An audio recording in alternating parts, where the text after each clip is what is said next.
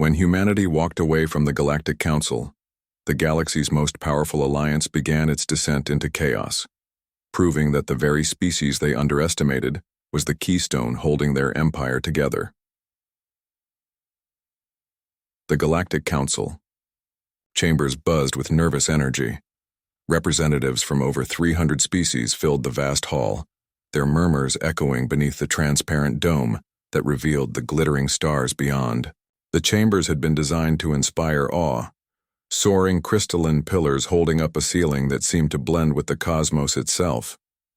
Today, however, the grandeur felt hollow. Ambassador Chen stood before them, her posture relaxed yet commanding. Unlike many of the alien representatives who adorned themselves with elaborate ceremonial garb, she wore a simple navy uniform with only a small earth patch on her shoulder. Her silver-streaked hair was pulled back in a practical bun, and her eyes, calm and unflinching, surveyed the assembly. "Esteemed members of the Galactic Council," she began, her voice carrying effortlessly through the chamber.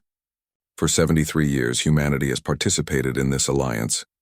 We've contributed our technologies, our resources, our military strength, and our unique perspective. We've bled in your wars, rebuilt your worlds, and stood guard while more established species recovered from crises.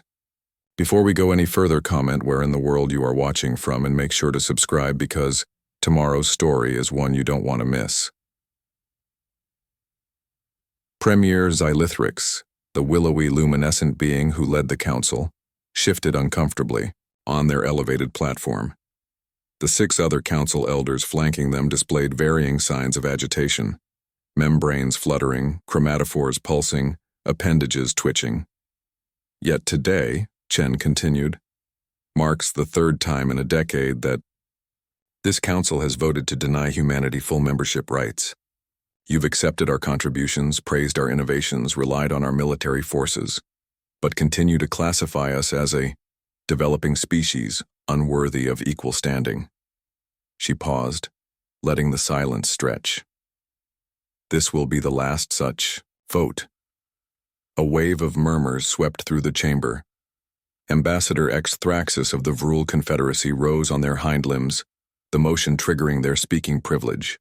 "Ambassador Chen," the insectoid diplomat chittered, "surely you understand the council's position. By our standards, human civilization is barely out of its cultural adolescence. Your species still harbors internal conflicts, resource inequities. We understand your position perfectly," Chen interrupted, causing several gasps from species that considered interruption a severe taboo. "What you fail to understand is ours. Humanity will no longer provide technological innovations, military support, or economic resources to an alliance that refuses to recognize us as equals." Council Elder Morabin, a massive gelatinous entity, vibrated their speech membranes. "You threaten us with withdrawal? Need I remind you that Earth sits on the frontier borders of 3 hostile empires? Your security depends on Council protection." Chen smiled, but it didn't reach her eyes. "Does it? Interesting that you mention those hostile empires. In the last 30 years, humanity has independently negotiated separate peace treaties with all 3. Treaties, I might add, that your intelligence services seem unaware of." The chamber erupted in chaos. 3 months after Ambassador Chen's declaration, the massive human diplomatic station orbiting Proxima Centauri was being systematically dismantled. Hundreds of ships, from small personal vessels to enormous cargo haulers, moved in coordinated patterns, removing modules and preparing them for transport. Inside what remained of the station's command center, Admiral Hassan supervised the operation.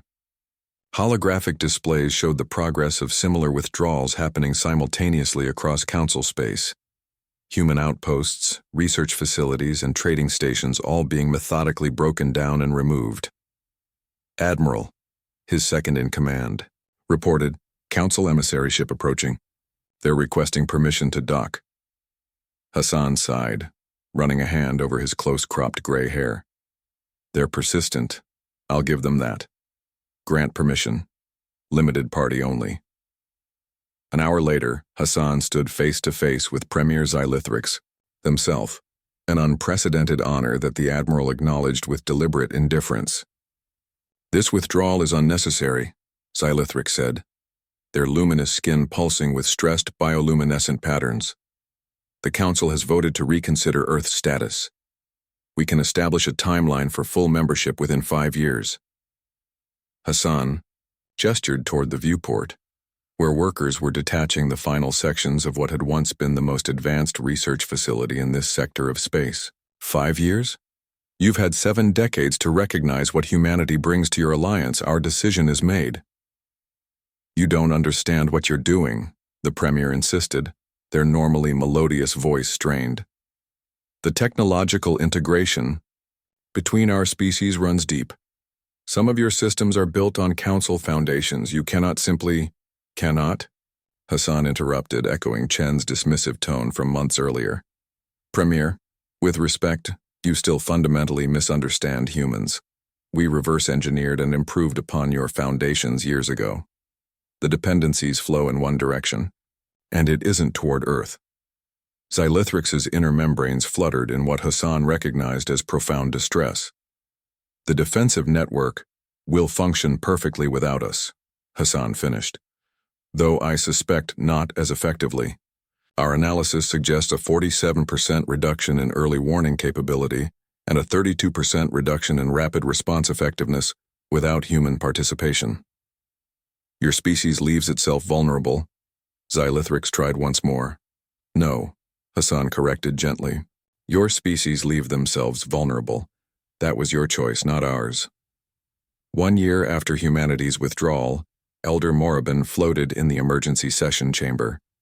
The room, smaller and more austere than the Grand Council Hall, contained only the 7 council elders and their immediate advisors. "The Vraxian incursion into Sector 87 continues unabated," reported Security Director Thorm, a 4-armed reptilian with scales that had dulled from stress. "Without the human quantum communication relays, our response times have tripled. We've lost contact with 11 outposts. What of the defensive technology we were developing to replace the human systems?" Elder Kazoth demanded, their feathered crest flat against their skull in distress. "Failed," admitted Chief Technologist Prim. The diminutive avian nervously preened her wing feathers before continuing. "We understood the underlying principles, but the human implementations contained optimizations we haven't been able to replicate. Their material science in particular." "Enough excuses," Xylithrix interrupted. "What of our diplomatic overtures?" Ambassador Xthraxis stepped forward. "Rejected. Humanity has established a new alliance they call the Mutual Development Compact. 27 former Council Associate species have joined them." 27? Elder Morabin's gelatinous form rippled in shock. "Which ones?" "All of the recent applicants we classified as developing species," Xthraxis admitted, "plus 6 long-standing associate members who were denied full status over the past century." Elder Vondrath, who had remained silent until now, spoke in their characteristic rumbling bass. "What are they offering that we did not?" "Equality," Xthraxis said simply, "and access to human innovation without restrictions. Their compact has only 1 tier of membership, full partnership with equal voting rights regardless of technological development stage or age of civilization." "Madness," hissed Elder Kazoth. "The younger species aren't ready for—" "They're flourishing," interrupted Xthraxis. "Trade between human worlds and their new partners has increased exponentially. 3 systems that were energy-dependent now export power using human fusion designs. The Terran military has established training academies on 14 worlds. And—" the insectoid diplomat hesitated. "Speak plainly," commanded Xylithrix. "The Vraxians, Hulani, and Dreth Imperium, the hostile empires Ambassador Chen mentioned, have all applied for observer status in the human compact." The chamber fell silent. "They were right," Morabin finally admitted, their translation device barely picking up the whispered words. "We aren't facing collapse because they left. We're facing collapse because they were holding us together, and we never realized it." 3 years after humanity's departure, The Galactic Council headquarters on Axionar Prime was a shadow of its former self. Many of the grand chambers sat empty, their maintenance systems powered down to conserve energy. Economic collapse had followed the security crises as trade routes became increasingly dangerous without human patrols. In what was once a minor meeting room, now serving as the primary council chamber, Premier Xylithrix faced Ambassador Chen across a simple table. Both were alone. Chen by choice, Xylithrix because the council could no longer afford the energy requirements of a full ceremonial meeting. "You knew," Xylithrix said quietly. "You knew exactly what would happen." Chen nodded, her expression neutral. "We ran the simulations. Our analysis suggested an 87% probability of cascading systems failure within the council structure after our withdrawal. Yet you left anyway." "We gave you 73 years to recognize our value," Chen replied evenly. "At every turn your council treated human innovations as curiosities, our military strength as convenient but disposable, our perspective as that of children. You refused to see us as equals." Xylithrix's bioluminescence had dimmed significantly, a sign of their species' declining health. "And now you return to what? Gloat over our collapse?" "No," Chen said firmly. "I've come with an invitation." She placed a small holographic projector on the table. With a gesture, she activated it, displaying the charter of the Mutual Development Compact. "Your remaining council worlds are welcome to join us as equal partners." "Equal?" Xylithrix's voice carried a bitter edge. "After our treatment of humanity? After our arrogance?" "Equality doesn't mean ignoring history," Chen said. "It means moving forward with clear understanding and mutual respect.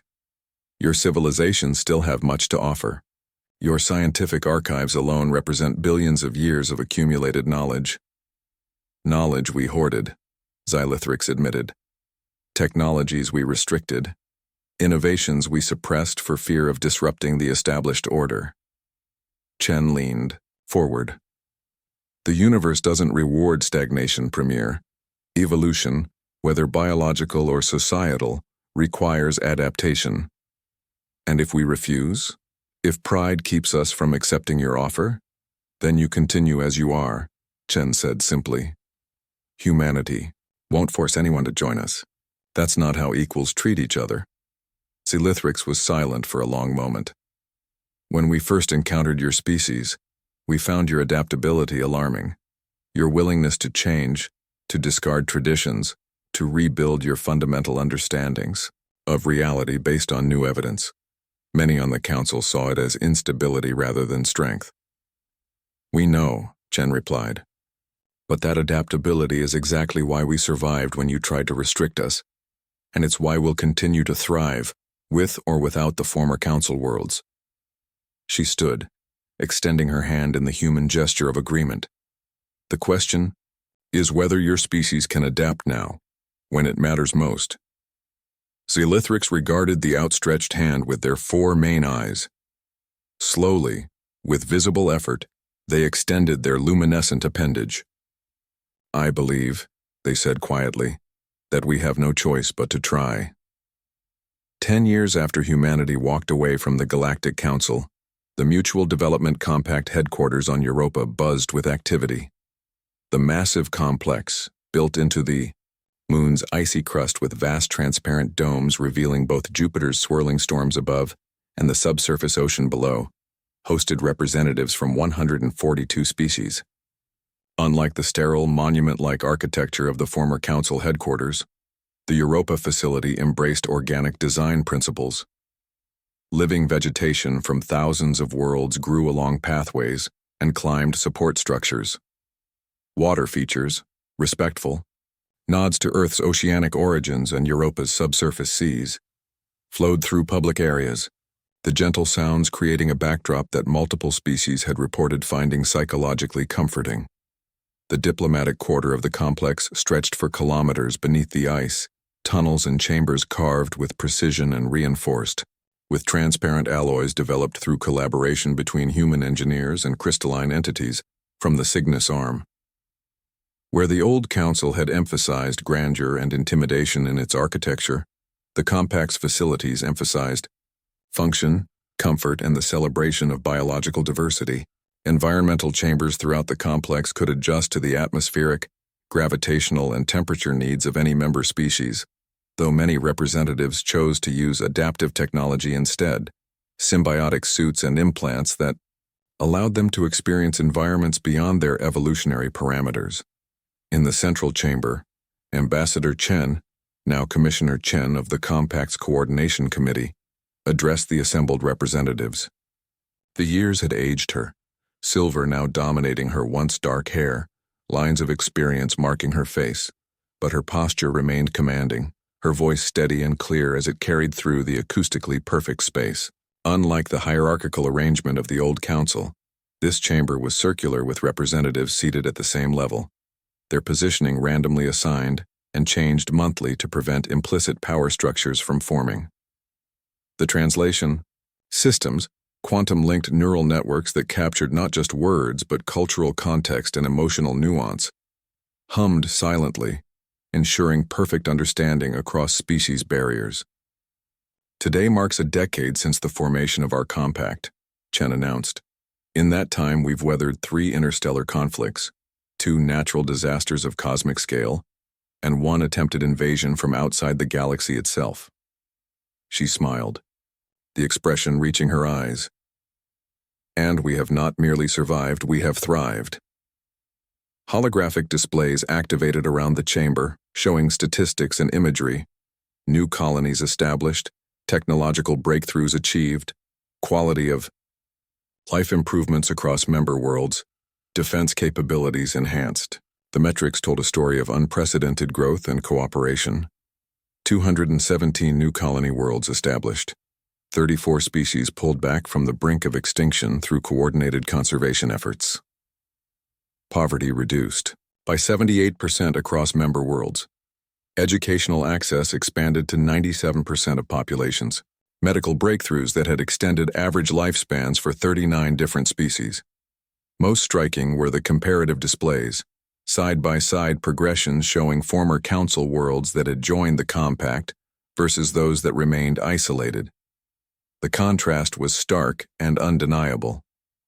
Where compact members flourished with new technologies, stable economies, and strengthened defenses, the holdout worlds showed stagnation or decline across virtually all metrics.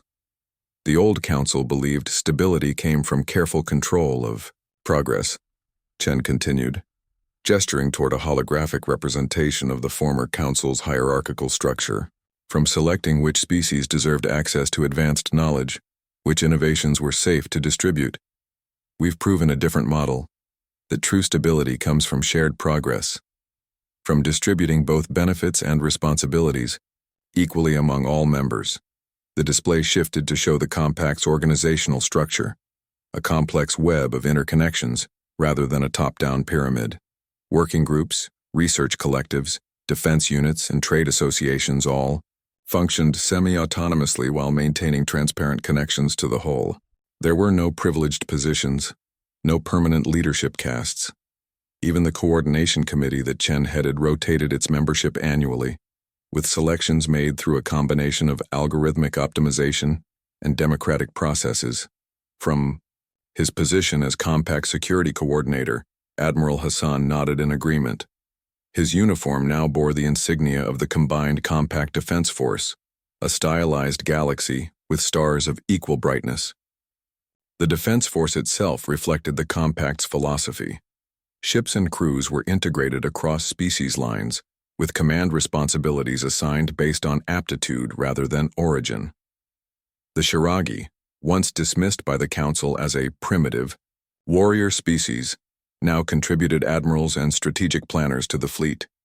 The Kivril, whose sensitive electromagnetic perception had been viewed as a curiosity by Council scientists, now formed the core of the Compact's early warning network. Their biological abilities integrated with technological systems to create detection capabilities far beyond anything the old council had achieved. We face challenges still, Chen acknowledged, her tone sobering as the displays shifted to show border incidents and astronomical anomalies. The former council remnants continue their isolation despite our standing invitation.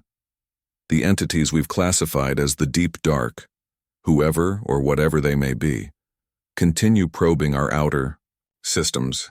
But we face these challenges united, not as mentors and students, not as developed and developing, but as equals with different strengths to contribute. The holographs shifted again, showing the remarkable defensive innovation that had emerged from this philosophy. Vortan shield technology, human quantum computers, Drillasian biogenic materials, and a dozen other specialties had been combined to create defense systems that no single species could have developed alone. When the mysterious deep dark entities had launched their first probe of compact space 3 years earlier, the combined response had been swift and effective, not through overwhelming force, but through adaptive countermeasures that incorporated the unique perspectives of multiple evolutionary paths. In the diplomatic section sat representatives from species that had once been mortal enemies.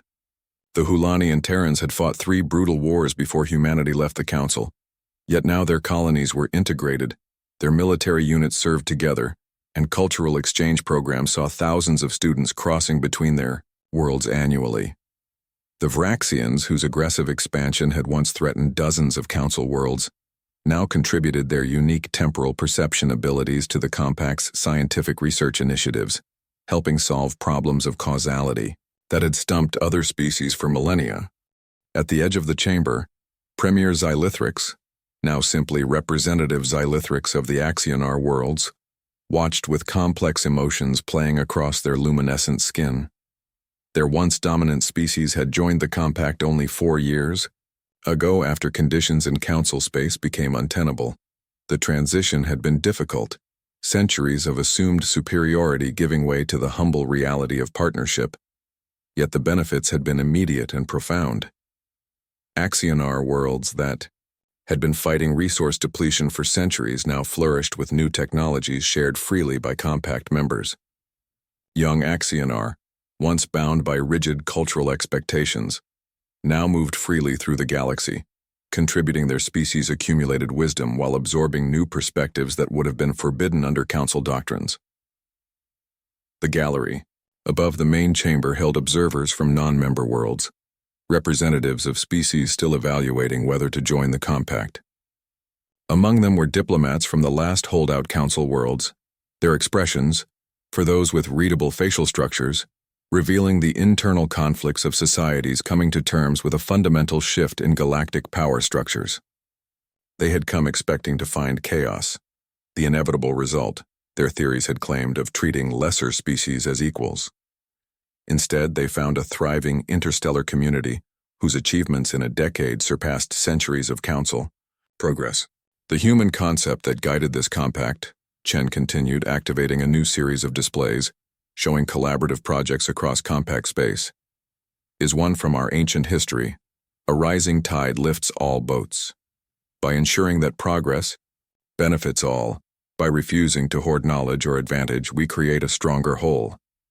This was the fundamental truth the Council failed to grasp, that treating humanity as lesser didn't strengthen the Council, it weakened it. The displays showed the breakthrough achievements of previously overlooked species. The Novali, dismissed as primitive by Council standards, had contributed revolutionary insights into quantum entanglement once given access to advanced theoretical models. The Ixalan, whose planet-bound civilization had been denied spacefaring technology by Council decree, now operated the most efficient terraforming program in known space. Perhaps most remarkably, the integration of perspectives from non-technological species like the methane cloud intelligences of Jupiter's upper atmosphere had revolutionized energy transmission theories, leading to power distribution networks that operated at near-perfect efficiency. Around the chamber, representatives from the youngest member species, those who had never known the restrictive hierarchy of the Council, listened with particular intensity. For them, the Compact's founding principles were not revolutionary but foundational, the natural way of organizing interstellar cooperation. Several of these younger representatives now held key positions in research initiatives and administrative functions, positions that would have been unthinkable under the Council system that judged civilizations by their age rather than their contributions.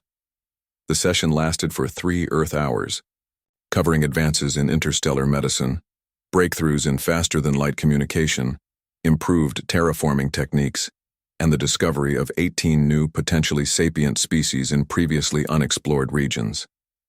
Unlike council sessions, that had dragged on for days through ceremonial procedures and status displays, the compact meetings were models of efficiency. The transparent communication systems removed misunderstandings before they could develop, while the lack of hierarchical posturing eliminated the political theater that had consumed so much of the council's time. As the chamber erupted in the diverse sounds of approval from dozens of species, from harmonic humming to rhythmic appendage tapping to pheromone releases that registered as changing colors in the sensitive environmental systems, Xylithrix approached Commissioner Chen at the conclusion of the formal session. A decade ago, the Axionar said quietly, their voice carrying the distinctive resonant quality of their species, "I believed we were doomed when humanity walked away. I was correct, but not in the way I imagined." Chen raised an eyebrow. "Oh? The why? Doom wasn't extinction or conquest by enemies," Xylithrix explained, their luminescent patterns shifting to indicate deep reflection. "It was the doom of irrelevance, of watching from isolation as the future happened without us." They gestured to the bustling chamber, where humans and former council species mingled freely with civilizations once dismissed as primitive or unpromising. "You doomed our arrogance, our complacency, and for that, though it comes late, I thank you." Chen smiled and placed a hand lightly on the Axionar's arm, a gesture that would have been unthinkable in the rigid protocols of the old council. "The beauty of evolution, Representative Xylithrix, is that it's never too late to adapt." After the formal session concluded, Chen made her way through the diplomatic reception area where representatives continued discussions in smaller groups. The space, designed to accommodate the social needs of all member species, featured ambient, sound-dampening fields that created conversational pockets, specialized refreshment stations, and adaptive environmental bubbles. Chen paused to observe a group of adolescent representatives from the education exchange program. Young humans stood alongside juvenile Drelacians, Vortan spawn forms, and even a rare Axionar youth, all engaged in animated discussion about stellar physics. These children had never known the divisions of the council era. To them, interspecies cooperation was the natural order of things. They had been raised on educational programs that celebrated biological and cultural diversity, that taught the unique strengths each evolutionary path brought to the collective. The human youth showed none of the species superiority complex that had plagued early contact eras, while the non-human juveniles exhibited none of the deference or resentment that characterized their elders' interactions with humanity. In the scientific quarter of the complex, collaborative teams worked on the challenges Chen had referenced. Human xenobiologists partnered with Kivral sensory specialists to analyze data from the deep dark encounters. Hulani theoretical physicists combined their mathematical insights with pragmatic human engineering approaches to develop new propulsion systems. Former adversaries now worked side by side, their different perspectives not sources of conflict, but complementary approaches to problem solving. At the Military Coordination Center, Admiral Hassan reviewed deployment strategies with his multi-species command staff. The defense fleet had grown beyond anyone's projections, not through forced conscription or fear-mongering, but through voluntary service. Species that had been dependent on council protection now contributed to their own defense and to the security of their neighbors. The doctrines of the Compact Defense Force combined the strategic insights of 100 martial traditions, creating adaptive response protocols that no single species could have developed. Outside the crystal domes of the Europa complex, Jupiter's massive form dominated the sky, a constant reminder of how small even the mightiest seemed when viewed against the true scale of the universe. The gas giant's swirling storms, observed by human astronomers for centuries before they ventured beyond their homeworld, now served as research sites for atmospheric manipulation technologies being developed by a dozen member species. What had once been merely a spectacular view, was now an active laboratory for cooperative scientific advancement. Within those domes, species that evolved on countless different worlds under countless different suns had found something the ancient galactic council never truly achieved: unity without uniformity, progress without privilege, and strength through shared vulnerability. The old council had believed that stability required control and hierarchy. The compact had proven that true stability emerged from balanced mutual benefit, from systems where every participant had reason to maintain and improve the whole. As the twilight fell on the Jovian-facing side of Europa, the massive Translight Communications Array, a joint project combining technologies from 17 different species, activated its quantum entanglement protocols. The array connected the compact headquarters with member worlds across 5 spiral arms of the galaxy, allowing real-time communication that had been impossible under Council technologies. The evening data exchange began, a flood of scientific discoveries, cultural developments, and administrative updates flowing freely between worlds that the Council would have kept isolated from one another. In her private quarters, Chen reviewed reports from diplomatic outreach teams. 3 more former Council worlds had requested membership negotiations. The deep dark entities had withdrawn from compact space after the last encounter, though long-range sensors suggested they were still observing from beyond the detection perimeter. Most encouraging were the cultural integration metrics, showing increased voluntary exchange between member species, not just of technologies but of art, philosophy, and social practices. The experiment had succeeded beyond even her most optimistic projections. When humanity had walked away from the Galactic Council, many on Earth had feared isolation or vulnerability. Instead, they had found themselves at the center of a new galactic order, not as rulers or conquerors, but as catalysts for a more equitable form of interstellar cooperation. Humanity had walked away, and in doing so, they had shown the galaxy a better path forward, a path that would eventually lead to discoveries and achievements that no single species, not even humanity, could have imagined alone.